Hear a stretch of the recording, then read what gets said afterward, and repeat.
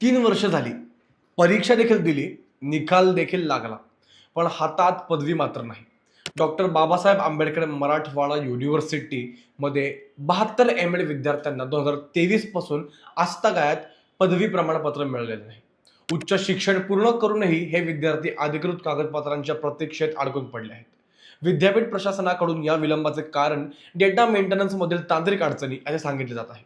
मात्र 3 वर्षांच्या कालावधी उलटूनही प्रश्न सुटलेला नसल्याने विद्यार्थ्यांमध्ये संतापाची लाट आहे.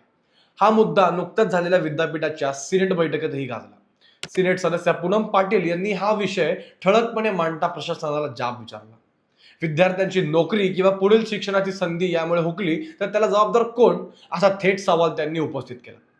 त्यांच्या मते हा प्रकार विद्यार्थ्यांवर अन्याय करणारा आहे. यावर उत्तर देताना परीक्षा व मूल्यमापन मंडळाचे संचालक B.N. डोळे यांनी सांगितले की संबंधित विभागाच्या अधिष्ठाकडून मत मागवण्यात आले आहे. डीनचे अभिप्राय मिळाल्यानंतर पुढील निर्णय घेतला जाईल, असे त्यांनी स्पष्ट केले. पण दरम्यानचा काळ विद्यार्थ्यांसाठी अनिश्चिततेचा आहे. शिक्षक पदांसाठी अर्ज करताना, उच्च शिक्षणासाठी प्रवेश घेताना किंवा इतर शासकीय प्रक्रियेत पदवी प्रमाणपत्र आवश्यक असते. तेच न मिळाल्याने अनेकांच्या करिअरवर प्रश्नचिन्ह निर्माण झाला आहे. शिक्षण पूर्ण करूनही कागदपत्रांच्या प्रतीक्षेत थांबलेले हे 72 विद्यार्थी आता एकच मागणी करत आहेत. विलंबाचे कारण काहीही असो, पण त्यांचे प्रमाणपत्र तत्काळ द्यावे.